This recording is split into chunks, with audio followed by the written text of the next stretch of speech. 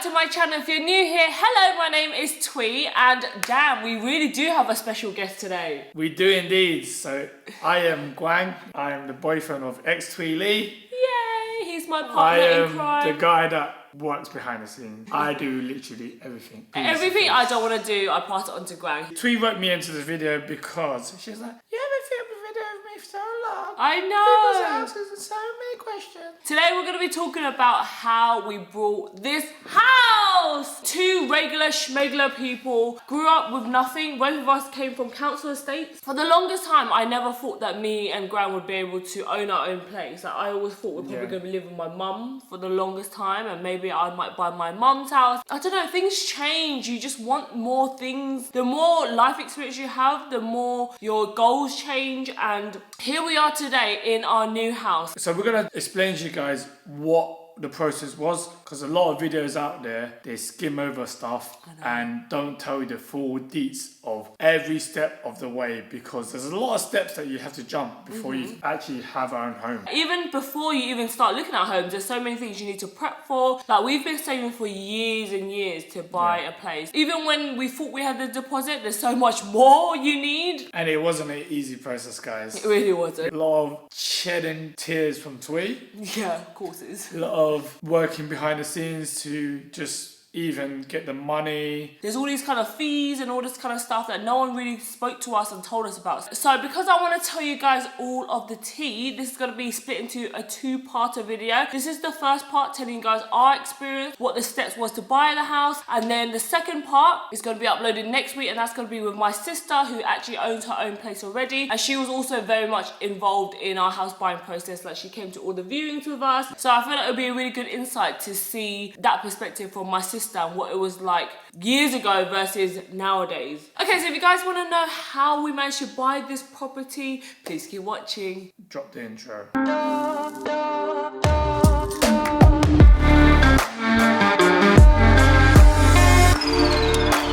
Okay, so this morning I sat down for an hour and I wrote down a whole list of all the points you need. I'm going to also copy and paste this down in the description box as well. So if you ever want to skim through and just quickly read all the points, I'm going to leave it down below. First off, I just have to say, like, me and Guang never in a million years ever thought that we would be able to buy a property that is half as nice as this one. I would have thought that we would have bought something on a much smaller scale. We was even thinking, should we just get a flat? I've always wanted a detached house because I just love the idea of having no neighbours. I love the idea of having like your own fortress where no one can hear you. You can play music as loud as you want. You don't have to worry about annoying neighbours. We're going to tell you guys about the process of buying a new build, because obviously that was what we bought, but we also did look at older houses as well, and we actually went through the house buying process almost like 2 other times as well, because we put in offers for 2 other houses and they all fell through. I feel like we've gone through a roller coaster to get here. So first step to buying a house is obviously you need to save, okay?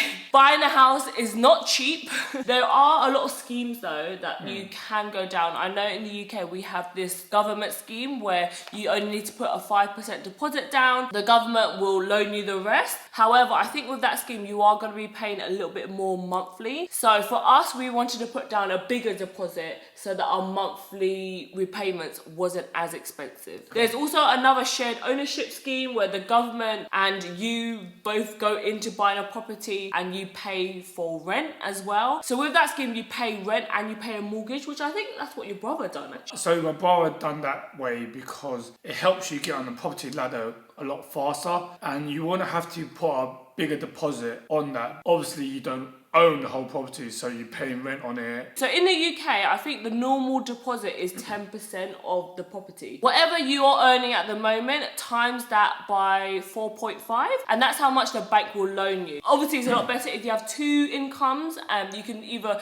buy a house with your partner or buy a house with a sibling or even a friend if you trust them that much. Lump your money together and buy a place. Obviously, this is an asset as well. House prices will always go up, hopefully. Okay, so the first first step is maybe look online and see what kind of houses you're kind of after, because you're saving for a deposit but you don't know how much the house is going to be. So it kind of works hand in hand. You kind of need to know like what type of budget you're working with to know what you need to save up for. So you can also talk to a mortgage broker. They will tell you exactly how easy it would be to get a mortgage, how much you need to save, how much deposit you should put down. For us, we put down a 15% deposit, so a slightly higher than 10%. And for us, our mortgage broker told us that was like the sweet spot, so that you didn't have to pay too much upfront, but also your monthly repayments will be a little bit cheaper as well. So when the bank borrows you money, they charge an interest on your loan, basically. But obviously the percentage rate varies every single day. So you have to get it on a good day when they're giving some good deals, girl. And also, the more money you put into that, the lower your rate will be. We put in a 15%, which we could have put a 10%, but had a higher rate. So you have to weigh up your options where you could have gone a 20% as well. Really and truly, your rate might not go down that much. So that's something you need to discuss with your mortgage broker. And mortgage brokers, a lot of them are actually free. You can actually just literally call them up. You can go and visit one, and then they'll just literally ask you a couple of questions. A lot of brokers give free consultations and give you free quotes. So definitely call around. We'll talk about brokers a little bit further down the line, but it's good initially to maybe talk with a broker and see how much you can actually earn, see how much you need to save up, and also what paperwork you need, you know, because I know for someone who is self-employed, like me and Gran, we own a company, that was a lot harder to get a mortgage. But if you just work a normal, regular 9-to-5 job and you have a stable salary, you only need to give like 3 months paycheck. For us, we have to give 2 to 3 years worth of paperwork for our company. So that's why it took us a lot longer to get onto the property ladder. Okay, so you want to save up your deposit, which is 10% of the property. So if you are buying a property that is 300k, you need to save up 30 grand. Plus, you also need to save up maybe an extra 10k just in case you need to pay stamp duty fees. You also need to pay a lot of fees when it comes to solicitors. Sometimes your mortgage adds an extra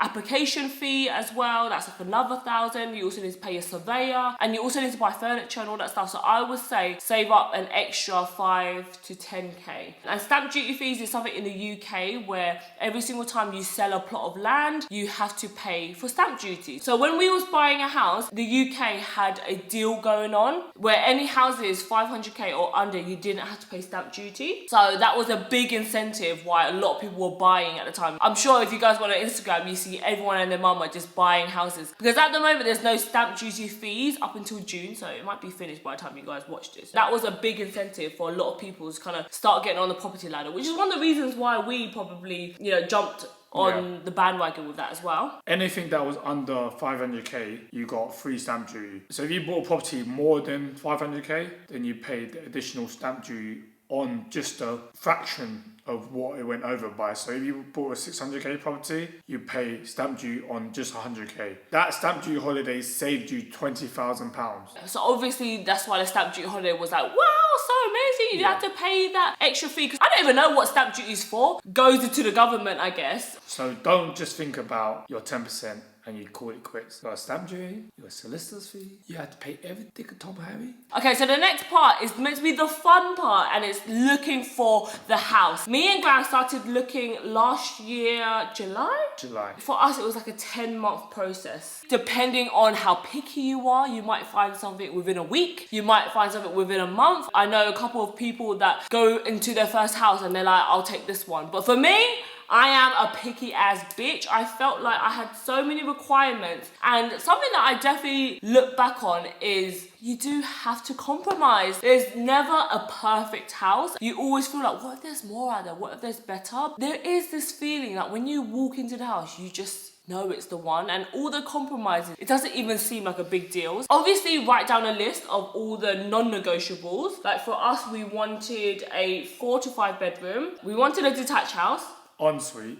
It was a no-negotiable. If it didn't have an ensuite, I'm not viewing it. We wanted a good sized kind of garden, And the biggest thing was we wanted something that was already modern. We didn't want to do no huge renovations. I know when I showed you guys my house tour, some people was like, why would you buy that if you're going to change this, change that? This is not big changes, guys. I did not want to rip out a whole new kitchen. I didn't want a house that was already expensive and also I had to do up already. If I was going to pay more, then I want it to be ready to move into, which is why I think new builds work so well for us personally. But I know a lot of times people buy like really, really old crusty houses and they literally just renovate it. But if you're doing it that way, you need to have a lot of upfront cash. So you need to have the deposit and the cash, girl. Advice that I would say when you're looking for houses is look at a lot of places. I feel like that's the way you kind of know what you like, what you don't like, what area you want to go to. Obviously you hear the saying location, location, location. That's probably the one thing that you cannot change about the house. You can renovate everything else, but you can't pick up the house and move it somewhere else, unfortunately. For us personally, location was the hardest because we were really open. We looked at houses miles from here, we looked at houses closer, we looked at houses all over in all different areas. We just knew that the house that we wanted, we couldn't afford it in London, so we had to move further out. Unfortunately, that's why I'm a country girl now. So you had to weigh up your options where you either want the location and you have a smaller place, or you want a bigger place with a further out location. I think it was hard for me and Graham because we were so open that it was really hard to narrow down on Zoopla because obviously you need to put in what area you're kind of after. So our main criteria was being on a certain side of the river. The reason being so is Tweet's sister lived on the south side and all of my family. All our family. I've always lived on the south side. I just wanted to live kind of close to my sister, and also we didn't want to drive really far to our mum's house. Our house at the moment is only 35 minutes, but on the proper motorway, like proper motorway. But really, you can get to our mum's house in like under 40 minutes. We didn't want anything traveling an hour or anything like that. Like we looked at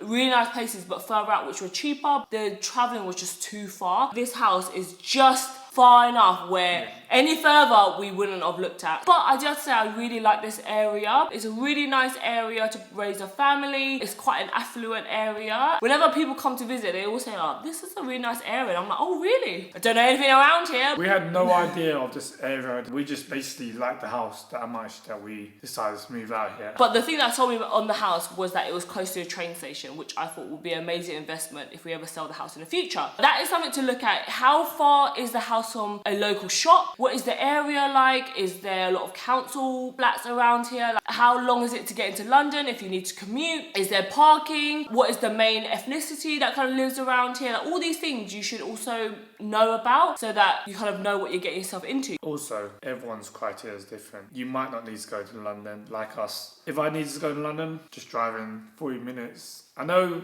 it puts me off sometimes, maybe. One day my friends might call me out and be like, oh, I've got a 40-minute drive. It's worth the sacrifice, I think, to have a nicer home. Now we just need to have a bit more planning. The main point is look around, look at all different locations as well. Sometimes you might think you really want this location and that will hinder you on what type of house you can get. Maybe look at 5 miles further, maybe raise your budget a little bit. That's what we've done. We raised it quite a lot. We started at this budget and we said, nope, we're not going anywhere near further. Then I was like, let me just raise the budget a little bit more just to see what I can get. And then there was one house that we first put in the offer for. I was like, hey, I'm just gonna go view this house because it looks so nice. Let me just see what I can get with my money if I like really save, you know, and really stretch my budget. And I just loved the house. It was just so nice. And then when I went back to my original budget, every house just wasn't cutting it. We did spend like the top end of our budget. I do feel like it was worth it because we got the exact house that we wanted. Also, another tip that I have to give you is check on Zoopla and Rightmove every single day. Every evening they update their website. You'll find new houses. When we was looking, it was like in the midst of the pandemic, so less houses were being sold online. You have to be so quick when it comes to houses. Like there were some places that literally just went online. I literally called up for a viewing and they're like, someone's already put an offer and it's already been sold subject to contract. And I was like, no, I didn't even get a chance to have a viewing. So you have to also think quick, guys, okay? You might need to like call in sick and book in a couple of viewings on that day, and also view a couple properties on the same day so that you can have a really good comparison of houses as well. Like if you're going to an area, book in like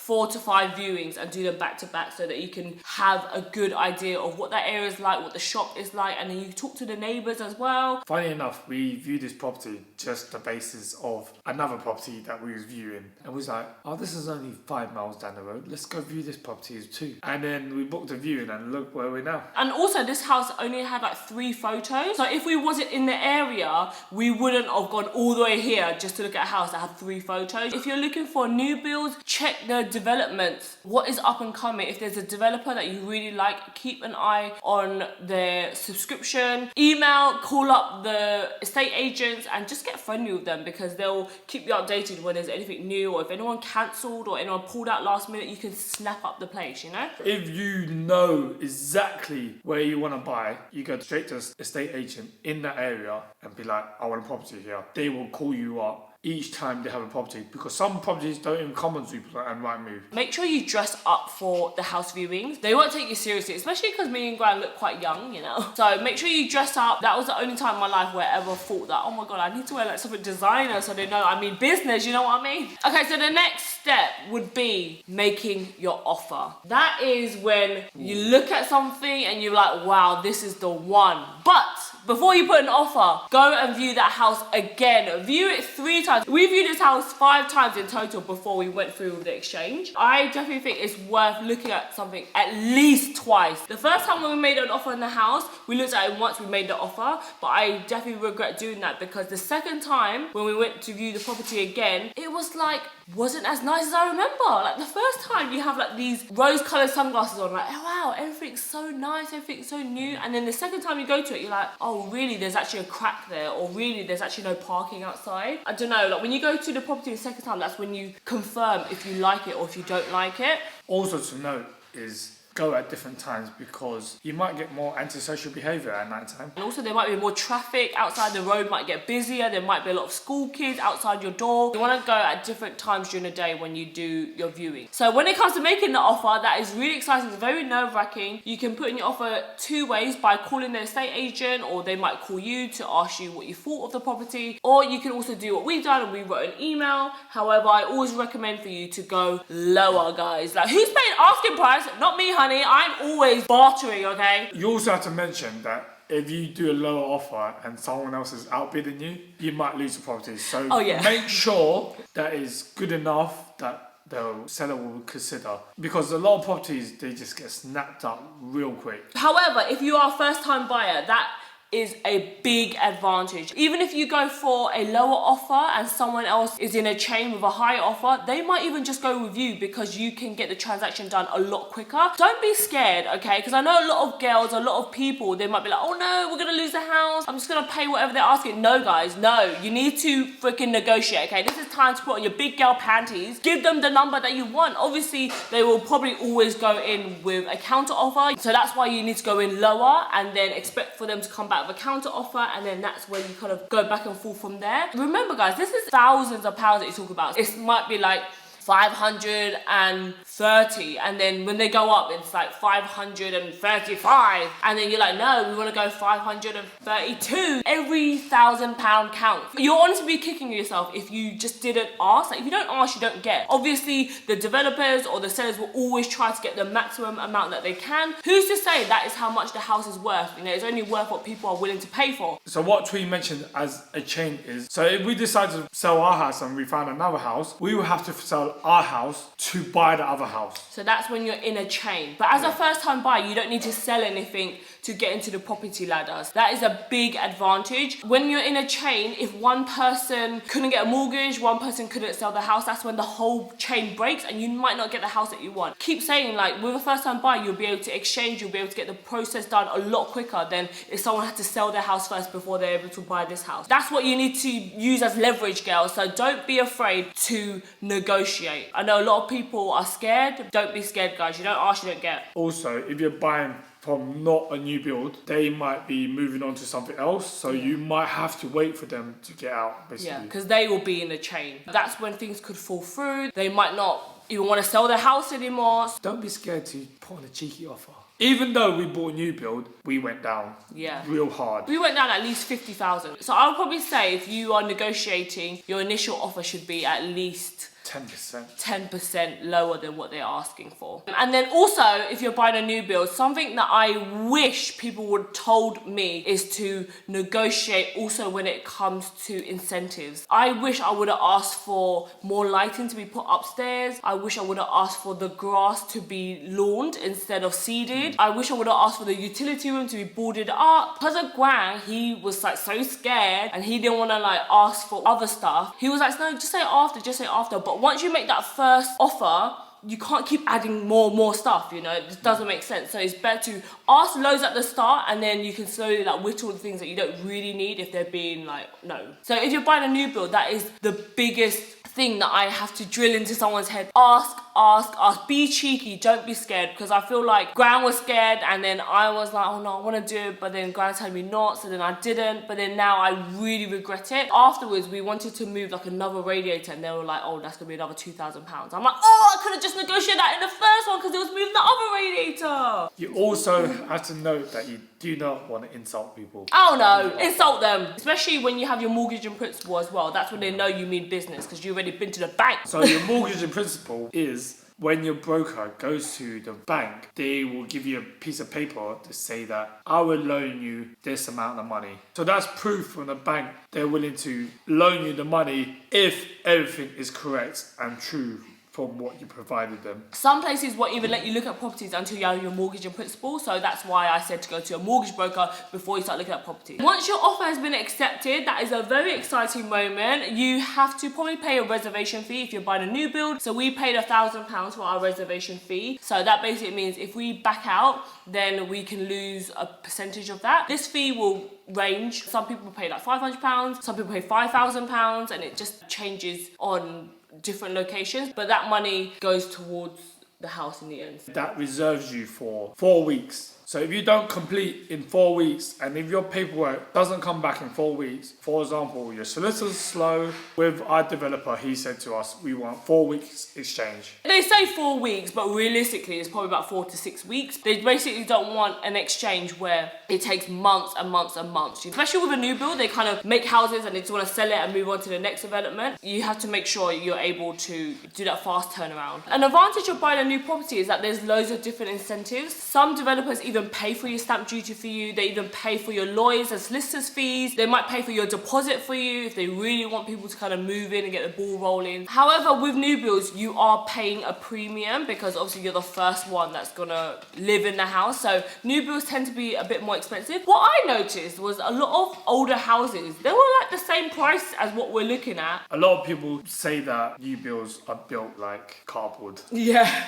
They're not as great as it used to be because the old Victorian houses, they're full of brick and just solid. So I find with older houses, they are less energy efficient, so you end up paying more on bills. So it's kind of like, So you got your house offer accepted, woohoo! So now you have to get the ball rolling. This is when shit goes down. And I think that this is probably the most stressful thing because you're looking for ages and now it's like, okay, this is the house. You need to get everything in motion now. So you need to find a good solicitor. That is really hard because where do you find a solicitor? So normally it's through word of mouth. Our solicitor was so amazing. I'm going to see if we can leave their details down below. They were so good. They responded to every single email. Every time we needed to jump on the phone with them, they're like, yep, call us anytime. Some people have nightmare solicitors that take so long to reply back and are really, really slow, and they will slow down the house buying process. So make sure you go with someone that is highly recommended to you guys. This is also the point where you need to actually get your mortgage as well. So this is the hardest bit. When you get the offer accepted, that's when the house gets sold subject to contract. So that's where things could go wrong. Like this is where a lot of the houses probably fall through. You don't know if the bank is gonna value the house at what you offered for it. You might get declined as well with your mortgage because you might be borrowing too much where the bank thinks, oh, you're not earning that much anymore. We did have a little tiny problem because of the pandemic. We earned a little bit less and the bank saw that and then they were like,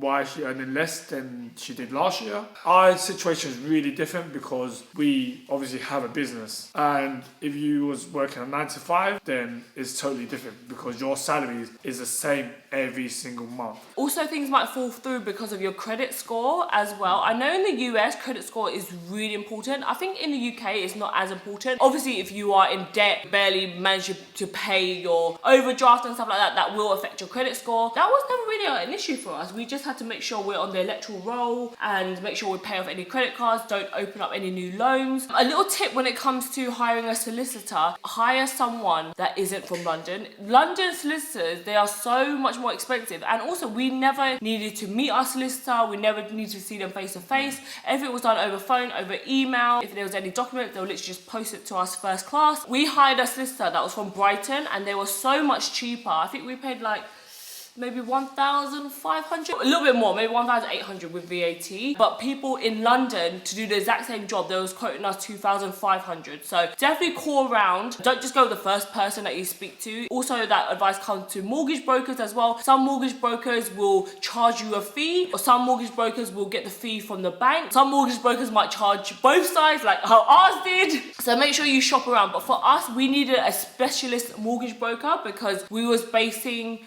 the house on our company rather than our yearly income, if that makes sense. Anyways, it's a harder process to get a mortgage, so that's why you need to go with a more specialist mortgage broker depending on your situation. But if you're just working a normal 9 to 5 job, then you can probably call any old mortgage broker. Your developers might even recommend you one, or your estate agents. So you're currently in the exchange process, okay? So it's very hard to pull out at this point. You also need to hire a property surveyor if you're buying the older properties. They will go around and they'll check if there's any subsidence, if there's damp, mold, and they'll tell you anything around the area, like if there's like a river nearby or anything that you need to be worried about, and that could affect you getting the mortgage. We didn't go through that process because we had a new build, so there's regulations that they have to do before they can even build this property. We just hired a professional snagger. Snagger is basically someone that goes around and measures all the walls. They measure if the new build radiators are working. They use like special thermometers. It's not just that, it's basically like quality control. A new build,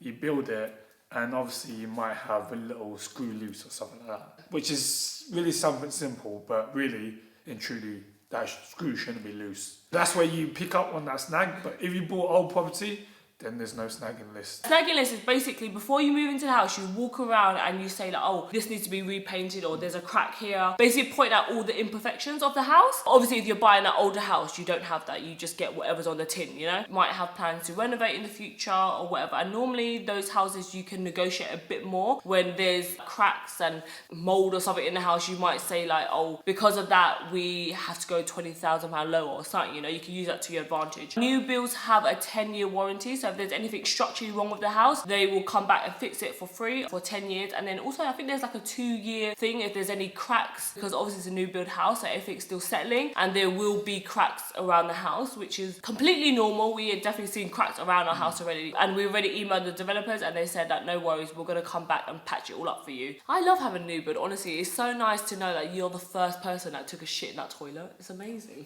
Also, when you tell the banks that you've put an offer, the banks will come to the property and view the property, and sometimes they might undervalue it. If you decide to put a 500k offer and they think it's worth 450, then they will only borrow you 450, and that's up to you to fork out the extra 50k. That's when a lot of houses fall through again, when you go through that kind of exchange kind of process. So there's a lot of things that can go wrong during that rocky time. Also, while you're in the exchange process, that's when you need to start looking at home insurance as well. I think it might be a bit different if you're buying an apartment, but I think for houses you have to have home insurance just in case the house burns down or gets hit by lightning or something happens to it. Legally, once you kind of exchange, you still have to buy the house, so that's when you need to start looking at home insurance. And again, we got a broker for that because they're able to look at loads of different types of insurance. For us, we also work from home as well, so we needed insurance for that. An insurance broker will be able to lump all the insurances together. Some mortgages won't even lend you the money until you show them that you've purchased home insurance. insurance. This is probably a long process because you're just kind of waiting around. A lot of times you're just waiting for emails, waiting for updates from your solicitor. So you're kind of just waiting around, fiddling your thumbs. And this is quite a stressful time because a lot of things could go wrong, but it's not really within your power. So you can feel a little bit hopeless and a little bit useless at this point. But it will be worth it if everything goes through according to plan. Once your official exchange date comes, that's when you are legally bound to buy that property. There's no takesies backsies now. I kept looking on Zoopla every single day right until this point, just in case I might see a house even better than this one. Make sure throughout this whole process, still keep coming to view the property. Make sure that you are 100% sure that you want to go through this house. Every single time you come, you will see the house in a completely different light, and that will really make your decision on whether this house is right for you or not. Before you even exchange, you get these contracts, right? And you have to read them because there's some terms and conditions that you have to agree by, because you see the perimeter of your land. So you also have to write in a contract that you have right of way over someone's driveways, for example. There's things on our contract, for example, we can't put windows in a certain direction because that overlooks someone else's house. And if there's anything you don't understand, literally just highlight it. Tell your solicitor, what exactly does this mean? And jump on phone call with them. And also, if you negotiate anything in your new build house, that should also be in the contract as well. Yeah. For us, we still have some works that is going to be done in the house, so that had to be put in the contract because some developers, they might just, say yes, and then once you give them the money, they're like, bye-bye. Normally with contracts though, it's not very negotiable, if I'm honest. You just need to make sure that you know exactly what you're signing, and if you don't know, then you need to ask. And also, when you go through the exchange process, there's fees, so there needs to be searches done around the house. So we had to get a specialist solicitor that knows about new builds. We had to see if there's any rivers or water nearby, because that could be a flooding issue, and that could affect your insurance, and that could affect if you get a mortgage or not as well. There's little fees when it comes to like pipes and drains and stuff like that. So I think that was altogether like £500, but that's like the standard that every single house, it needs to be like a search fee. That's another extra coin that you need to put aside. But that's all kind of included into your solicitor fee. Yeah. So break it down with you. There's searches, land registry, because you have to fill in the paperwork to sign over the land to you. Technically, we can knock this house down and build a big house on this land. There's little small things like bank transfer fees. The solicitor has to pay for you because they're not going to soak up the cost for you. Yeah. So after you decide the terms of the contract, you agree to send it on a certain date. Then get both the contracts, then swap. That's why a lot of developers love first-time buyers, because you're able to do this motion a lot quicker than if you was in a chain. As soon as the contract is changed, that's when you're legally bound to that house now. That house is officially yours. On that exchange date, you also transfer 10% to your developer. Before that, you also have to transfer your solicitor the money. So you don't personally send the money to your developer. Your solicitor does that. Do it by this thing called CHAPS payment, and it's a check that you send to your solicitor, and it's instant, but obviously the bank only can do that. Yeah, and there's a fee for that as well, bitches. Which is £35. Yeah. Fucking bitches. So annoying. That's like an extra big McDonald's we can have. It's not always 10%. Obviously, we paid 15% in total. That's probably why we paid 10%. But you're paying a percentage of your deposit on the exchange date. And then when you officially complete, normally that is like 10 days or 2 weeks later, hopefully. That's the day that you get your keys. That's when you send the rest of the money over. Also, what your solicitor does request as well is the money from your bank to your solicitor, so the full amount. So your developer is paid the full total of the house. Now you owe the bank. On the completion date, everything is sent. So that's when you start your being in debt process, basically. So you and your solicitor will kind of discuss when is the best completion date, and that is the day you go pick up your keys. That's the day where you can start moving in. That's when you can do your house tour. Yeah. On that day when you get your keys, it's such an amazing, fulfilling day. I can't even explain to you how happy, and you just jump through so many hurdles for this one moment, and it's such an amazing achievement. Like, you should be so proud of yourself when you get to that point. So on completion, what they did was give us the keys, showed us around, unlock the doors, where the electrics are, the gas meter, and all that kind of stuff. So they tell you all the nitty gritty about the house, and they also hand over all the warranties for all of the appliances and all that kind of stuff. So we have like a fat manual that we kind of skimmed through with all of the details of the house, what paint color everything is. That is the day where everything is just like, oh, it's all worth it for that one day. I can't believe it's been like 2 weeks now since we moved in. Wow. This will be the 3rd week actually when you guys watch this. Time is just flying. I feel so happy here. Like, I can't even tell you, just having a place just to call your own, amount of freedom, the motivation I feel whenever I'm here, I just feel like so happy, like everything's gonna be okay. This is an asset, this is an investment for our future. We're just so proud of us. Like honestly, like, we've worked so hard. I've been saving since I was 18. Like, I've saved nearly my whole life for this. I can start crying now, but I don't want to cry. Yeah, I just can't believe that me and Gran managed to get out of the ghetto. Like we managed to get out of our council places into owning our own property, and I don't want to cry. I've cried so many times. You guys know how much this means to me. Like if anyone knows me, you guys know I've always wanted to have my own house. I'm crying.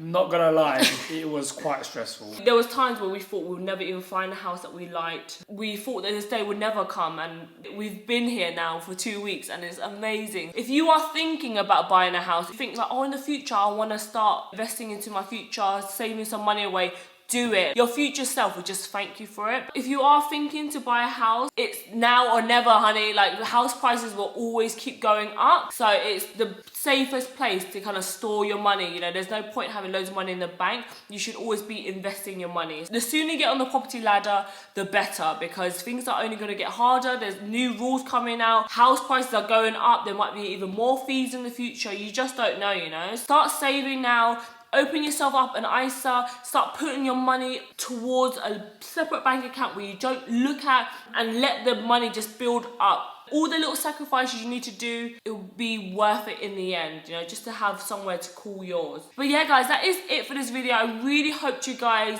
found a bit more of like an insight into this. I feel like me and Gran literally just went through the process, so everything's still fresh on our minds. And just thank you guys so much for just supporting us. Like, I honestly never thought that we would ever get out of the ghetto.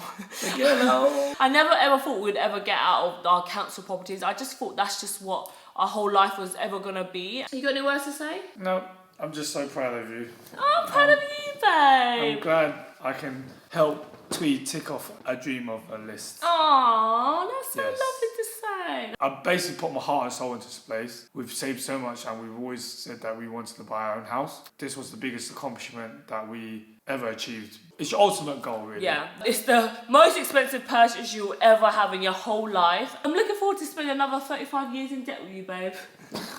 Thank you guys so much for watching this video. We're now gonna film the part 2 of this video where we talk about ISAs and any tips that we have for you guys, any questions as well. So make sure you subscribe. This week on Friday is my birthday, honey. It's my 29th birthday. If you guys want to give me a present, all you need to do is give this video a thumbs up and also subscribe as well. That would mean the world to me. Give me a little comment down below because I love reading your comments so much. Honestly, I feel like this YouTube community is just so fulfilling, and I can't wait to see where the future brings us. Also, if we missed anything out, please just comment down below, and hopefully Tweed will reply to you Yes, guys. I will reply. Thank you guys so much for watching this video, and we'll see you guys next time. Peace Bye. out, guys. Typical boys, I tell him to make sure you're ready by the time I'm ready, and then just as I finish, he hasn't even started getting ready yet. And he calls me the one that takes long to get ready. What the hell, you had all this time? You look cute. Thanks.